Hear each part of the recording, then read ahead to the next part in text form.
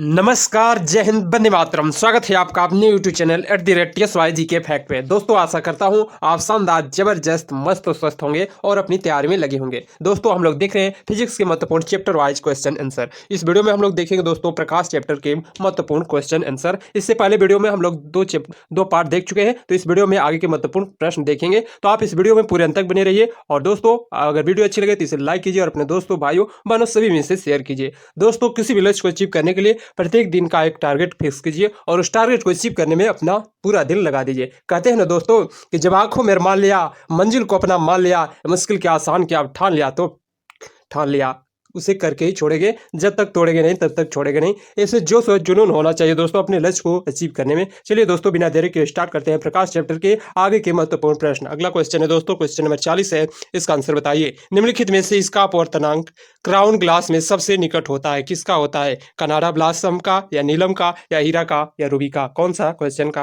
Answer सही होगा दोस्तों? तो इसका आंसर ऑप्शन है, इसका करेक्ट आंसर होगा कनाडा बालसम का होता है दोस्तों। अगला क्वेश्चन है, क्वेश्चन नंबर 41 है दोस्तों। एक माध्यम से दूसरे माध्यम में जाने पर मूल पथ में प्रकाश के विचलन की घटना क्या कहलाती है? ये इंपॉर्टेंट क्वेश्चन है दोस्तों, कई बार एग्जाम में पूछा गया है। तो इसका आंसर क्या होगा? क्वेश्चन नंबर 41 का आंसर क्या हो जाएगा? तो ऑप्शन डी इसका करेक्ट आंसर होगा, अपवर्तन कहते हैं। जब प्रकाश जो है एक माध्यम से दूसरे माध्यम में जाती है तो मूल पथ से प्रकाश के विचलन की घटना को अपवर्तन कहते हैं। और परावर्तन क्या होता है दोस्तों? जब प्रकाश एक माध्यम से आती है और उसी माध्यम में वापस लौट जाती है तो इस माध्यम को दोस्तों परावर्तन कहते हैं। इसको परावर्तन कहते हैं, ध्यान रखिएगा, कई बार क्वेश्चन बनता है दोस्तों। और दोस्तों, अगला क्वेश्चन देखते हैं, क्वेश्चन नंबर 42 है। कौन सी घटना किसी माध्यम की अणुओं द्वारा कंपन ऊर्जा स्तरों के लिए उत्साहित होने पर प्रकाश के प्रकीर्णन से संबंधित है? कौन सा है दोस्तों? ये भी क्वेश्चन कई बार पूछा गया है। तो दोस्तों, क्वेश्चन नंबर 42 का आंसर क्या हो जाएगा? तो ऑप्शन सी इसका करेक्ट आंसर होगा, रमन प्रभाव होता है दोस्तों। रमन प्रभाव किसी माध्यम में अणुओं द्वारा कंपन ऊर्जा स्तरों के लिए उत्साहित होने वाले प्रकाश की प्रकीर्णन को रमन प्रभाव कहते हैं। अगला क्वेश्चन है दोस्तों, सूर्य के प्रकाश में कितने रंग होते हैं? सूर्य के प्रकाश में कितने रंग होते हैं? ये तो क्वेश्चन कई बार पूछा गया दोस्तों। और आने वाले जितने भी एग्जाम है दोस्तों, UP police, Bihar police, Madhya Pradesh police, UP PCS, RO, ARO और बैंक, एसएससी, रेलवे, सारे एग्जामों के लिए ये टॉप सिलेक्टिव क्वेश्चन है दोस्तों। तो आप इस वीडियो में पूरे अंत तक बने रहिए और सारे क्वेश्चन का आंसर देते चलिए दोस्तों। इसका आंसर क्या होगा? सूर्य के प्रकाश में कितने रंग होते हैं? ये इंपॉर्टेंट क्वेश्चन है, कई बार पूछा गया है। तो इसका आंसर क्या हो जाएगा? तो सूर्य के प्रकाश में 7 रंग होते हैं दोस्तों। कौन सा होता है? तो आप इसका कमेंट बॉक्स में लिखकर बताइए कौन सा 7 रंग होते हैं। अगला क्वेश्चन देखते हैं, सूर्य के प्रकाश की लाल तथा हरी तरंगदैर्ध्य के अलावा समुद्र में पानी की अणुओं द्वारा सूर्य के प्रकाश की अन्य तरंगदैर्ध्य को अवशोषित किया जाता है। किसके द्वारा किया जाता है? क्वेश्चन नंबर 44 का आंसर क्या होगा? तो पीला हो जाता है और पीला किरणों द्वारा अवशोषित किया जाता है। अगला है, निम्नलिखित में से कौन सा दर्पण वाहनों में हेडलाइट के रूप में प्रयोग किया जाता है? ये क्वेश्चन कई बार पूछा जाता है दोस्तों। तो कौन सा दर्पण है जो कि वाहनों की हेडलाइट में प्रयोग किया जाता है? क्वेश्चन नंबर 45 का आंसर क्या होगा? तो अवतल दर्पण का प्रयोग किया जाता है वाहनों की हेडलाइट में। और दोस्तों, पीछे की गाड़ियों को देखने के लिए किस दर्पण का प्रयोग किया जाता है? तो दोस्तों, उत्तल दर्पण का प्रयोग किया जाता है। अगला क्वेश्चन है दोस्तों, पर्दे पर बनने वाले प्रतिबिंब को, इसमें क्या भरा जाएगा? पर्दे पर बनने वाले प्रतिबिंब को प्रतिबिंब कहते हैं, जबकि समतल दर्पण से बनने वाले प्रतिबिंब को क्या कहते हैं? क्वेश्चन नंबर 46 का आंसर क्या हो जाएगा? तो दोस्तों, पर्दे पर बनने वाले जो प्रतिबिंब होता है उसे वास्तविक प्रतिबिंब कहते हैं, और जबकि समतल दर्पण से बनने वाले प्रतिबिंब को आभासी प्रतिबिंब कहते हैं। ऑप्शन ए इसका करेक्ट आंसर होगा। अगला क्वेश्चन है, क्वेश्चन नंबर 47 है। प्रकाशीय सूक्ष्मदर्शी लाइट माइक्रोस्कोप में किसके लिए तेल निमज्जन का प्रयोग किया जाता है? किसके लिए किया जाता है? क्वेश्चन नंबर 47 का आंसर क्या होगा? तो सूक्ष्मदर्शी की विभक्त शक्ति बढ़ाने के लिए किया जाता है। ऑप्शन ए इसका करेक्ट आंसर होगा। अगला है, प्राथमिक रंग है। ये इंपॉर्टेंट क्वेश्चन है, कई बार पूछा गया दोस्तों, यूपी पीसीएस, लोअर पीसीएस ने दिया है।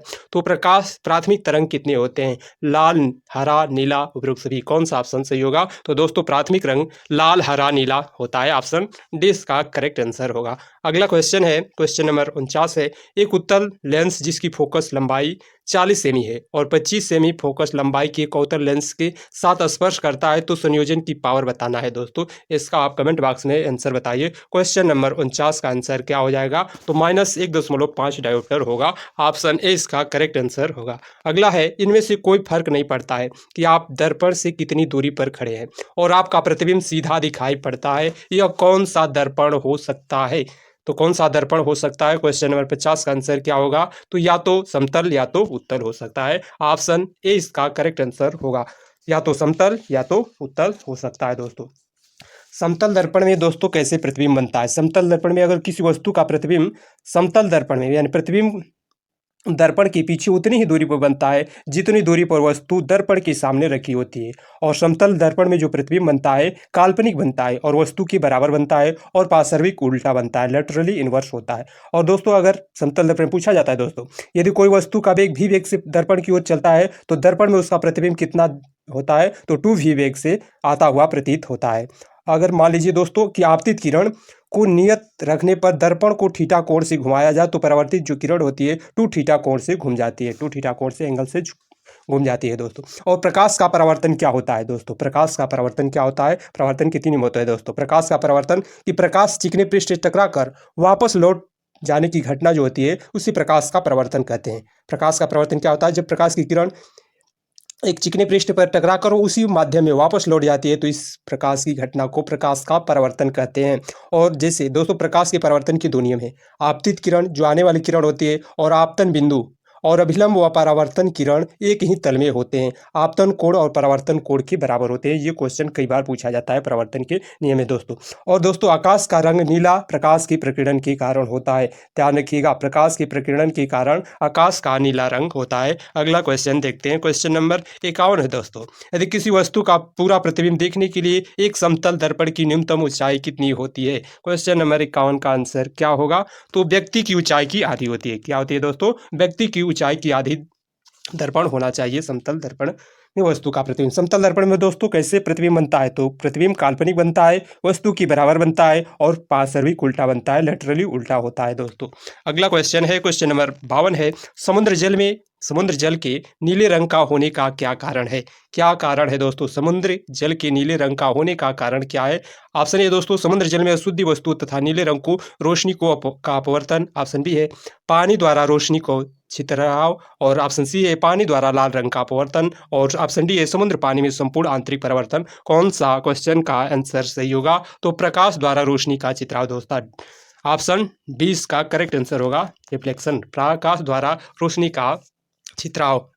अगला क्वेश्चन है, निम्नलिखित में से किसमें सर्वाधिक ऊर्जा होती है, किसमें सर्वाधिक ऊर्जा होती है, हरा प्रकाश में या नीला प्रकाश में या पीला प्रकाश में या लाल प्रकाश में, किसमें सर्वाधिक ऊर्जा होती है। क्वेश्चन नंबर 53 का आंसर क्या हो जाएगा, तो नीला प्रकाश की सर्वाधिक ऊर्जा होती है, ऑप्शन 20 का करेक्ट आंसर होगा। अगला है, निम्नलिखित में से किसका वेग अधिकतम होता है, किसका वेग अधिकतम होता है, कॉस्मिक किरण का या प्रकाश का या इलेक्ट्रॉन का या पराध्वनिक तरंगों का, किसका वेग सर्वाधिक होता है। क्वेश्चन नंबर 54 का आंसर क्या होगा, तो ऑप्शन 20 का करेक्ट होगा, प्रकाश का वेग सबसे अधिक होता है, 3 × 10⁸ मीटर पर सेकेंड से होता है। और प्रकाश का वेग दोस्तों किसने मापा था, तो प्रकाश का वेग रोमर ने मापा था, ध्यान रखिएगा, ये क्वेश्चन कई बार पूछा जाता है।